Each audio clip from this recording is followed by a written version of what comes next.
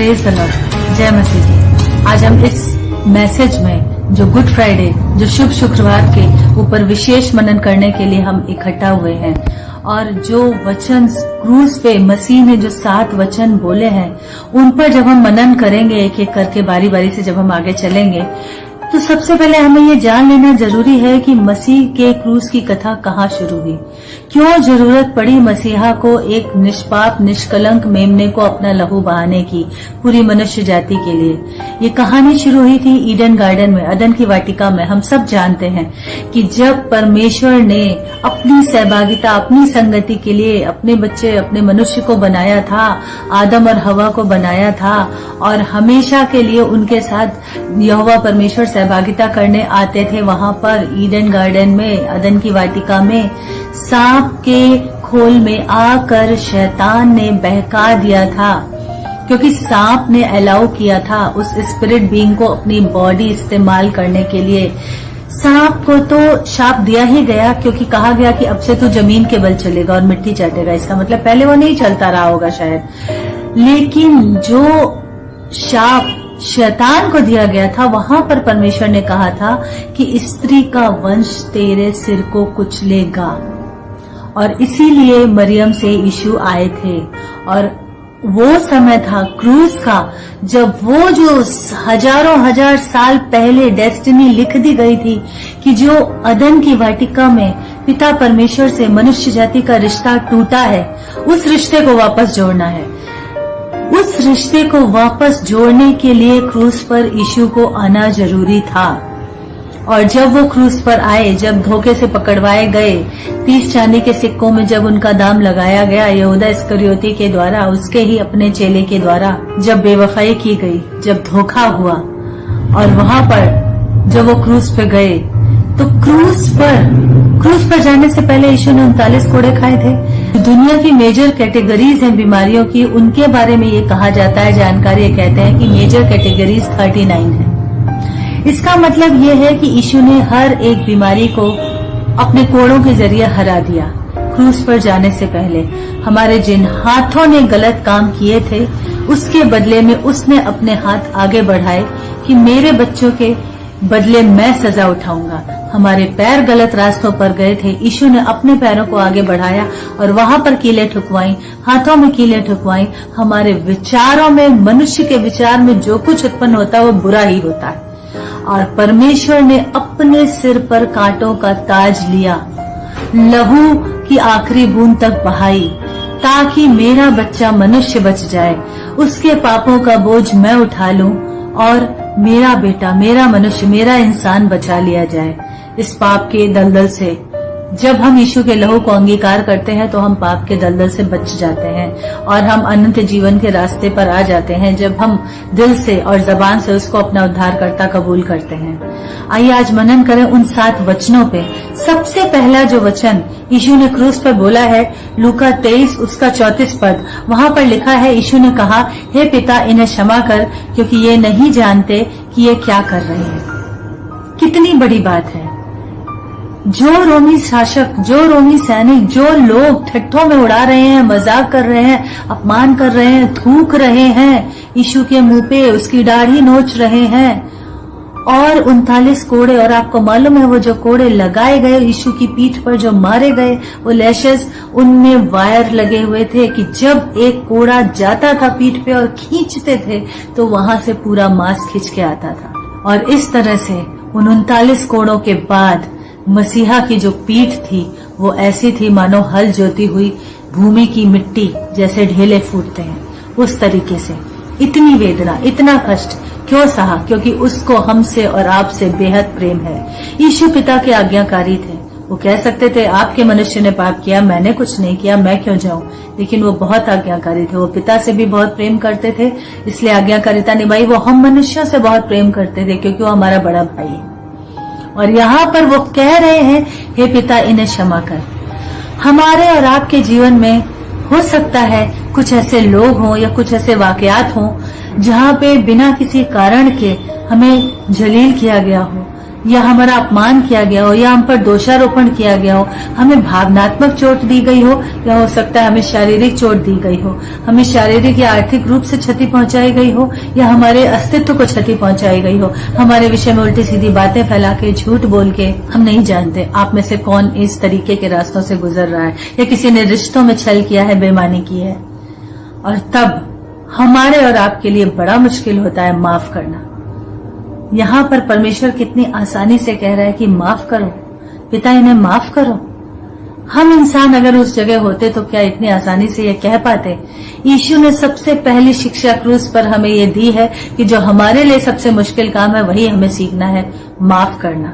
मत्ती 14:14 में लिखा है कि उसने निकलकर लोगों की बड़ी भीड़ देखी और उन पर तरस खाया। यीशु करुणा और दया के सागर हैं, वो तरस से भरे हुए हैं, वो प्रेम से भरे हुए हैं। प्रेम का परमेश्वर है वो जो हमेशा प्रेम करता है। यीशु ने कहा है पाप से नफरत करो, पापी से नहीं।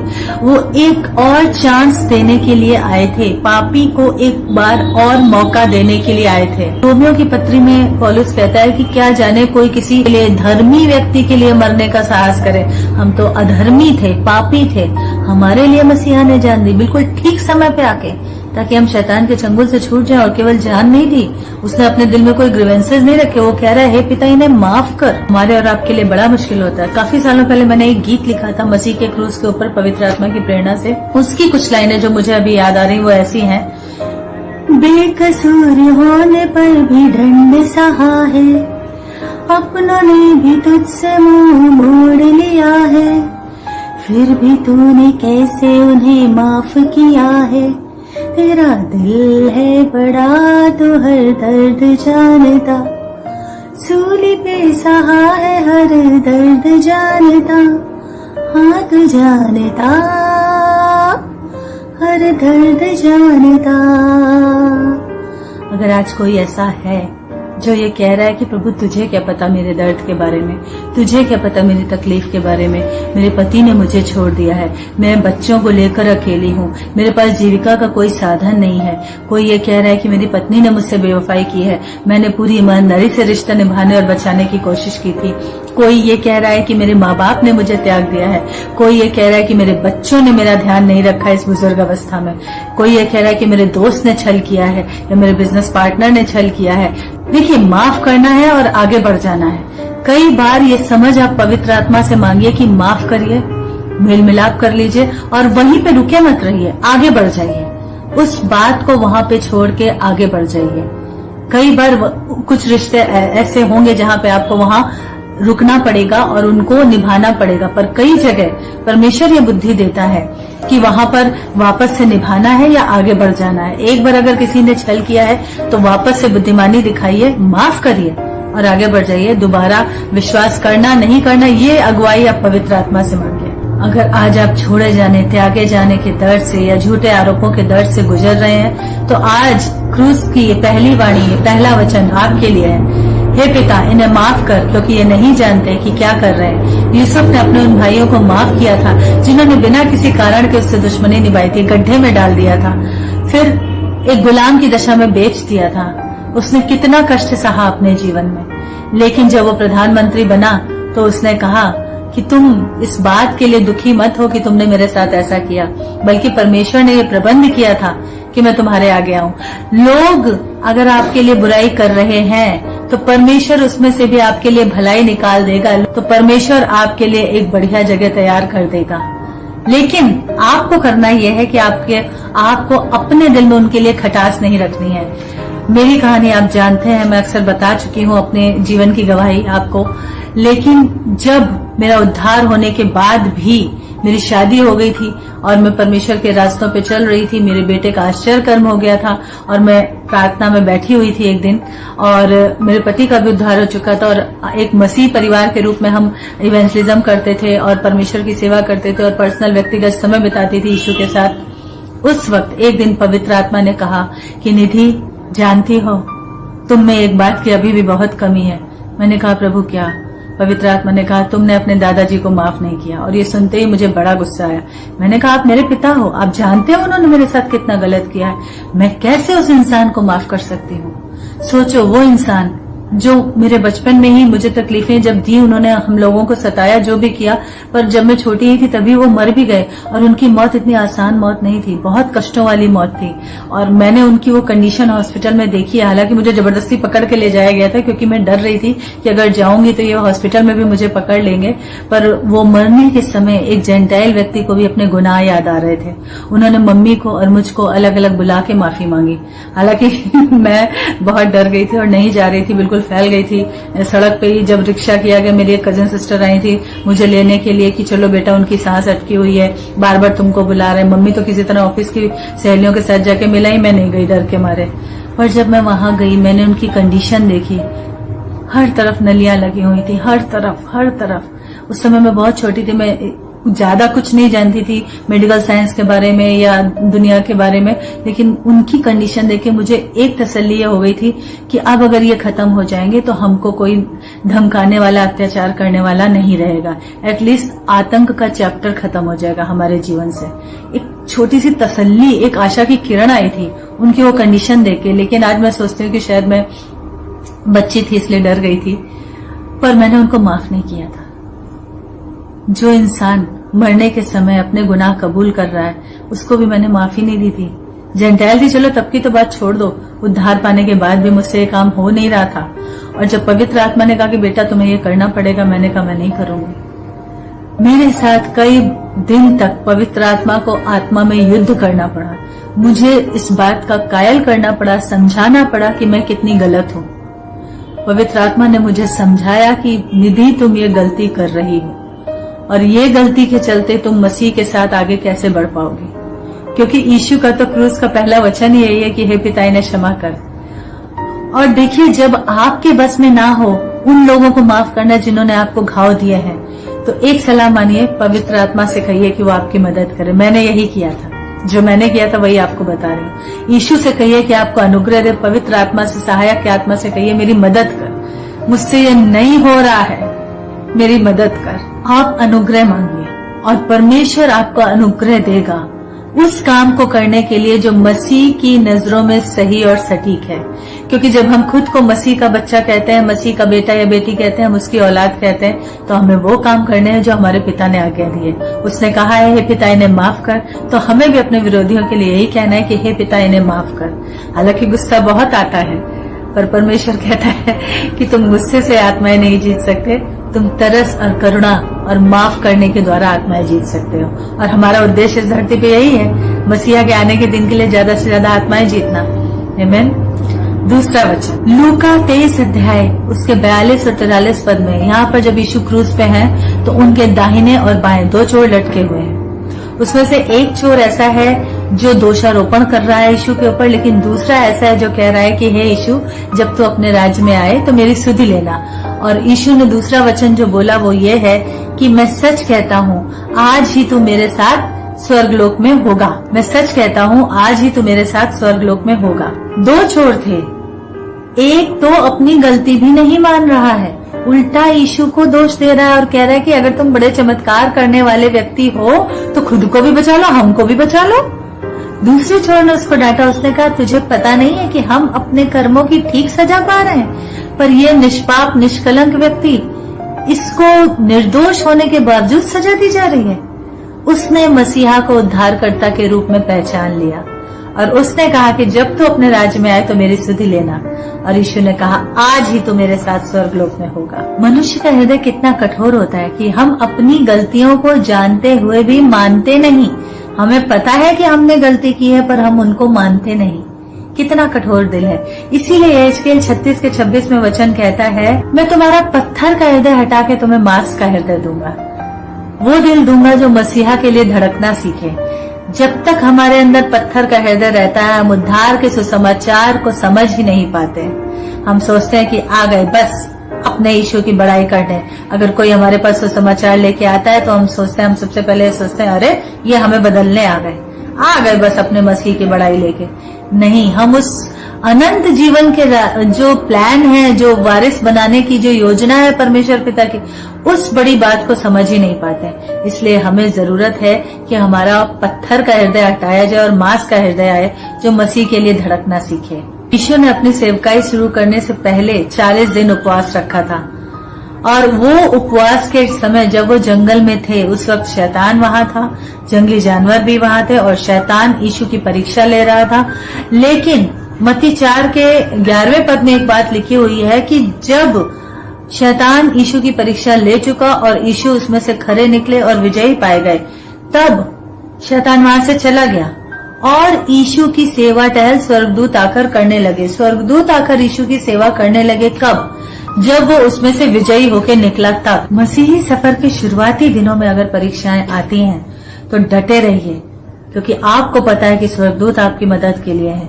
पवित्र आत्मा आपको बुद्धि और समझ देने के लिए वहां है और बैरी कुछ पल के लिए है, लेकिन जब आप परीक्षा से निकलेंगे, खरे पाए जाएंगे, तो वो वहां से दुम दबा के भाग जाएगा। लूका 4 के 13 में लिखा है कि शैतान परीक्षा करने के बाद कुछ समय के लिए वहां से चला गया। मतलब उसको ये लग रहा था कि ठीक है यीशु, अभी तो मैं तुम्हारा कुछ बिगाड़ नहीं पाया हूँ, पर चिंता मत करो, मैं फिर से कोई दूसरा रास्ता खोजूंगा और तुम्हें गिराने की कोशिश करूंगा। लेकिन उसको पता नहीं था कि यीशु इस हद तक आज्ञाकारी रहेंगे कि क्रूस की कठिन मौत भी सह लेंगे।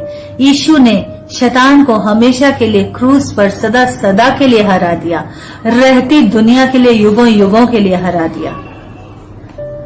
बैरी ने सोचा नहीं होगा कि यीशु इस हद तक आज्ञाकारिता निभाएंगे। यीशु ने कांटों का, कीलों का, कोड़ों का, क्रूस का सारा दर्द सहा, अकेले सहा, क्योंकि वहां पर पवित्र आत्मा ने यीशु की कोई मदद नहीं की थी। कैसा महान बलिदान और पूरे जगत का पाप एक निष्कलंक व्यक्ति के ऊपर लाद दिया गया। अद्भुत, एकदम अद्भुत बलिदान, सोच से परे, जो कोई सोच भी नहीं सकता था। तीसरा वचन यूहन्ना 19 उसके 25 से 27 पद में जब हम पढ़ते हैं तो वहां पर यीशु ने अपनी माता मरियम को जब वहां खड़े देखा है तो उनसे बोला, हे नारी, देख तेरा पुत्र। यूहन्ना अपने जो एक चेला था यूहन्ना, उसके लिए बोला और यूहन्ना से कहा कि देख तेरी माता। और उस दिन से फिर लिखा है कि मरियम जो है यूहन्ना के साथ रहने लगी थी। यीशु उस वक्त पूर्ण परमेश्वर थे, पूर्ण मनुष्य के रूप में वो दाम चुका रहे थे, लेकिन वो पूर्ण परमेश्वर भी थे। क्यों उन्होंने अपनी माता को, अपनी माँ को नारी कहकर संबोधित किया? क्योंकि उस वक्त वो ये दिखा रहे थे कि वो परमेश्वरत्व के स्वरूप में भी हैं और एक पुत्र होने के नाते वो अपनी माँ की चिंता भी कर रहे हैं। पहला शमूएल 16 के 7 में लिखा है ना कि यहोवा की दृष्टि मनों को जांचती है। तो उनको उस वक्त मरियम की चिंता, मरियम के मन की जो उथल पुथल थी वो समझ में आ रही थी। शायद मरियम ये सोच रही थी कि अरे जिब्राइल स्वर्गदूत ने तो भविष्यवाणी करके कहा था लूका 1 के 33 में कि ये जो बालक है, ये परम प्रधान का पुत्र, ये यीशु, ये याकूब के घराने पर सदा राज्य करेगा और उसके राज्य का अंत नहीं होगा। जिब्राइल ने तो ऐसी भविष्यवाणी की थी मुझसे, पर ये क्या हो रहा है? मेरा बेटा तो क्रूस पे है, क्रूसिफाइड हो रहा है। जिब्राइल ने तो ऐसा नहीं बताया था। लेकिन फिर उसको शायद शमूएल भविष्यवक्ता की भविष्यवाणी याद आई होगी, लूका 2 के 35 में जो लिखा है कि तलवार तेरे यानी यीशु के प्राण को छेदेगी। और मरियम के मन में ये बहुत सारे सवाल और कश्मकश उस वक्त चल रही होगी, इसीलिए यीशु ने मरियम के विषय में सोचा, चिंता करी और ख्याल किया। यीशु को मरियम की तकलीफ का अंदाजा था, उसके दर्द का अंदाजा था। एक माँ होने के नाते अपने पहलौठे को इस तरह से सूली पे देखना, उस तकलीफ का उसको अंदाजा था। इसलिए उन्होंने ऐसा कहा कि हे नारी, देख तेरा पुत्र, क्योंकि उन्हें पता था कि यूहन्ना बहुत अच्छे से उनका ख्याल रखेगा। चौथा वचन मत्ती 27 अध्याय उसके 45 और 46 पद में ऐसा लिखा हुआ है कि दोपहर से 3 बजे तक सारे देश में अंधेरा छाया हुआ था और यीशु ने बड़े शब्द से चिल्ला के कहा था, Eli Eli Lama शबक्तनी, which means हे मेरे परमेश्वर, हे मेरे परमेश्वर, तूने मुझे क्यों छोड़ दिया। कुछ कह रहे थे, देखो वो एलिया को बुला रहा है। नहीं, वो अपने परमेश्वर से, अपने पिता से बात कर रहा था, क्योंकि उस वक्त जब सारे जगत का पाप मसीहा पे लाद दिया गया, उस वक्त पिता ने पुत्र से कुछ समय के लिए मुंह फेर लिया था। और ये वो दूरी थी जो यीशु को तोड़ रही थी अंदर से, क्योंकि वो पिता से एक पल की भी दूरी बर्दाश्त नहीं कर सकते थे। और पिता नियमों से ऐसा बंधा हुआ था कि वो पाप को देख नहीं सकता था, क्योंकि पिता परमेश्वर एक पवित्र परमेश्वर है, यहोवा एक पवित्र परमेश्वर। यशायाह 53 उसके 4 और 5 में लिखा है कि हमारे अपराधों के कारण उस पर ताड़ना पड़ी हमारे अपराधों के कारण उसने क्रूस की कठिन मौत सही, उसने कोड़े खाए, हमारी चंगाई के लिए उसने कोड़े खाए। और उसके 12वें पद में वचन ऐसा कहता है कि उसने अपना प्राण मृत्यु के लिए उड़ेल दिया और हमारे पापों का बोझ उठाया और वो अपराधियों के साथ गिना गया। इस हद तक आज्ञाकारिता, ये सारी चीजें, वो सारा शरीर का दर्द और मानसिक कष्ट उनको तोड़े दे रहा था। लेकिन सबसे ज्यादा बात जो यीशु को तोड़ रही थी वो ये थी कि पिता से कुछ पल की दूरी हो गई थी, और इसीलिए उन्होंने आत्मा में जोर से चिल्लाया था, एली एली लमा शबक्तनी। कुलस्सियों 2:9 में लिखा है कि यीशु में परमेश्वर की सारी संपूर्णता, सारी परिपूर्णता सदैव वास करती है। Jesus is a complete God. परमेश्वरत्व की सारी परिपूर्णता सदैव वास करती है। 1 कुरिन्थियों 1:18 में वचन कहता है कि क्रूस की कथा परमेश्वर की सामर्थ। इब्रानियों 10:4 में वचन कहता है कि बैलों और बकरों के लहू के द्वारा पाप क्षमा नहीं होते।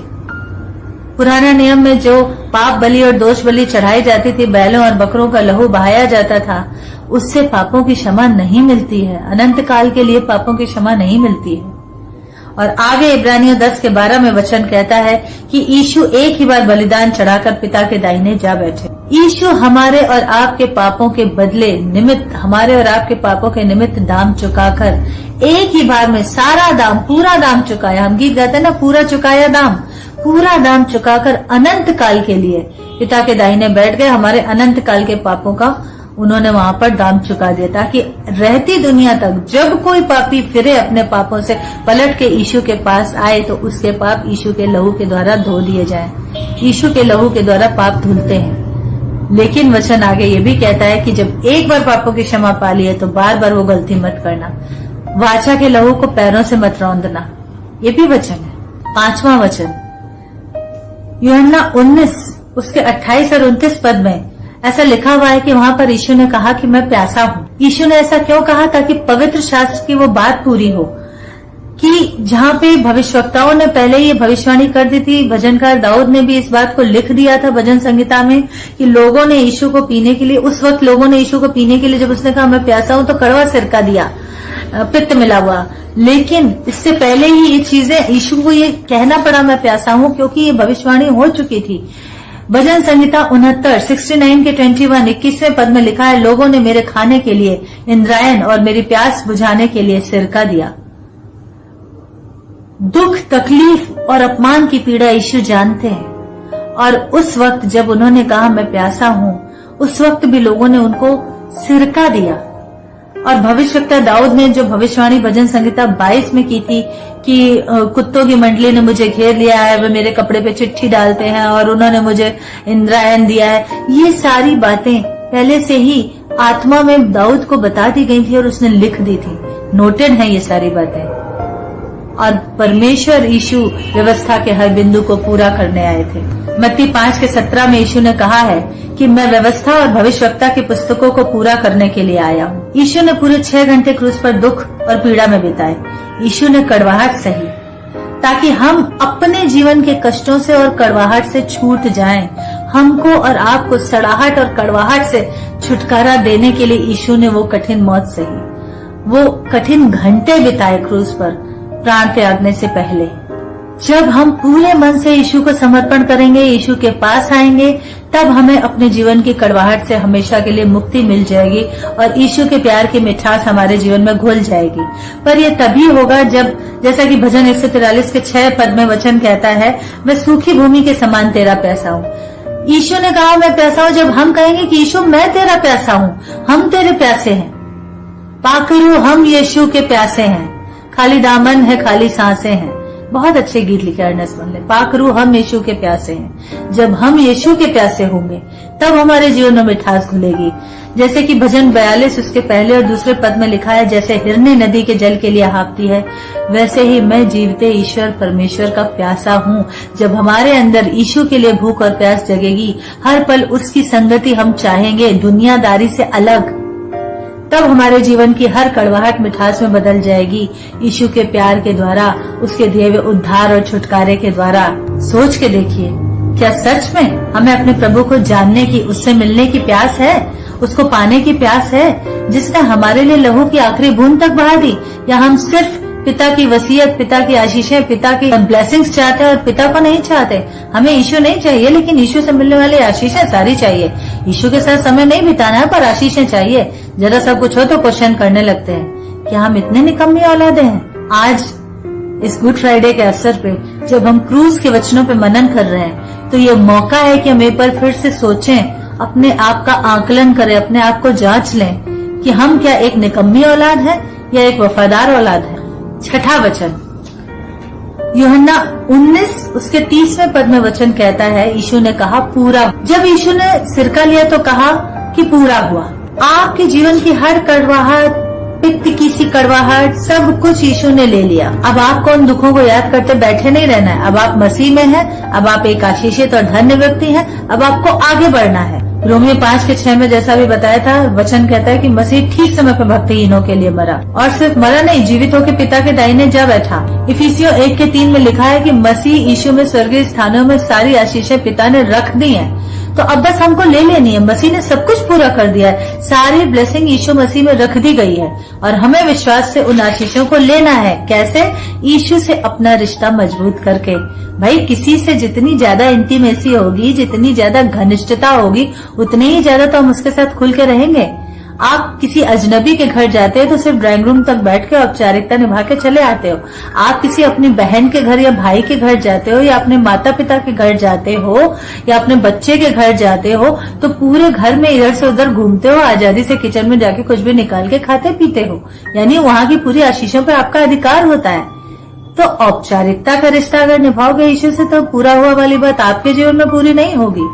जितनी घनिष्ठता रखोगे यीशु से, जितना करीब रिश्ता, उतनी आशीषें, पूरा हुआ वाली सारी फुलफिल्ड ब्लेसिंग्स आपके जीवन में रिलीज होना शुरू हो जाएंगी। 7वां वचन लूका 23:46 में लिखा हुआ है। यीशु ने वहाँ पर कहा, हे पिता, मैं अपना आत्मा तेरे हाथ में सौंपता हूँ। सबोपदेशक 12:7 में लिखा है कि मिट्टी मिट्टी में मिल जाएगी, आत्मा परमेश्वर के पास जिसे उसने दिया है लौट जाएगा। और ये कहाँ से हमें पता चलता है कि परमेश्वर ने हमारे इस मिट्टी के शरीर में आत्मा डाला है? उत्पत्ति 2:7 में आदम को भूमि की मिट्टी से रचा और उसके नथनों में जीवन का सांस फूका। सांस जब फूका तब वो जीवित प्राणी बन गया। सांस जब फूका तब वो जीवित प्राणी बन गया। और आज मसीह जो है वो कलीसिया का सिर है। क्रूस की कथा यीशु की मृत्यु पे खत्म नहीं होती है।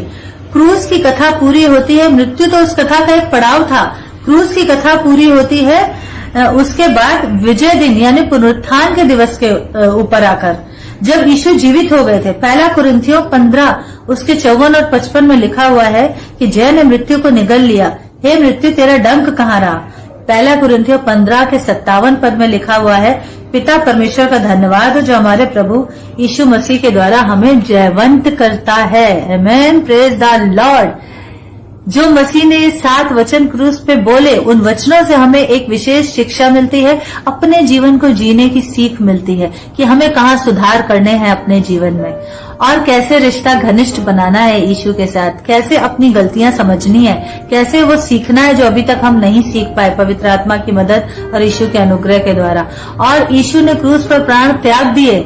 हे पिता, मैं अपना आत्मा तेरे हाथ में सौंपता हूँ, ऐसा बोलकर। वो एक पड़ाव था जब क्रूस पर यीशु ने अपने प्राण त्यागे, ये कहकर कि हे पिता, मैं अपना आत्मा तेरे हाथ में सौंपता हूँ। कहानी वहाँ पर खत्म नहीं हुई। उसके बाद लिखा है वचन में आगे कि मसीहा तीसरे दिन मरे हुओं में से जीवित हो उठा, मृत्यु को हराकर वो जीवित हो गया। और इसीलिए 1 कुरिन्थियों 15:54 और 55 पद में वचन कहता है, जय ने मृत्यु को निगल लिया, हे मृत्यु तेरा डंक कहाँ रहा। और 1 कुरिन्थियों 15 के 57 में वचन कहता है, पिता परमेश्वर का धन्यवाद हो जो सदा हमको जय के उत्सव में लिए फिरता है। तो जब आप मसीह में हैं तो जश्न, जीत का, जय का आपके हिस्से में आएगा, बशर्ते कि रिश्ता नजदीकी का हो। आमेन। इन 7 वचनों से परमेश्वर आपको सीखने में मदद करे, आगे बढ़ने में मदद करे और सही मसीही जीवन जीने में मदद करे। एक रूटीन की तरह हर साल हमको सिर्फ गुड फ्राइडे, शुभ शुक्रवार मना नहीं लेना है कि हाँ हम मसीह के दुखों को याद कर रहे हैं। हर दिन मसीहा के क्रूस को उठा के चलना है, तब ही एक धन्य और आशीषित मसीही जीवन आपका होगा। साल दर साल सिर्फ त्योहार नहीं मनाना है, मैं आज शायद उन मसीहों से भी बात कर रही हूँ जो क्रिसमस, गुड फ्राइडे और रिजरेक्शन संडे को चर्च में पाए जाते हैं। हर दिन मसीह के साथ रिश्ता निभाना है, मसीह के क्रूस को उठाकर चलना है, और तब ये जय का उत्सव आपका होगा। Amen. Praise the Lord. God bless you. आइए दुआ करें। परमेश्वर, तेरे इन 7 वचनों से पिता यहोवा यीशु के जैसा बनने में और यीशु के दिल की इच्छा और तेरे दिल की इच्छा पूरी करने में, पवित्र आत्मा की मदद पाने में हमारी मदद कर। हमको अनुग्रह दे कि हम सिर्फ त्योहार नहीं मनाएं, हम सिर्फ एक रस्म अदायगी ना करें, बल्कि हम हर दिन मसीह के क्रूस को लेकर चलने वाले बने, ताकि एक विजेता का जीवन जिसके हकदार हमेशा के लिए हम कर दिए गए हैं, उस जीवन को हम जी सके। मसीह यीशु में एक धन्य और आशीषित जीवन के लिए हम तुझे धन्यवाद देते हैं, यीशु मसीह के नाम में। आमीन और आमीन। आमीन।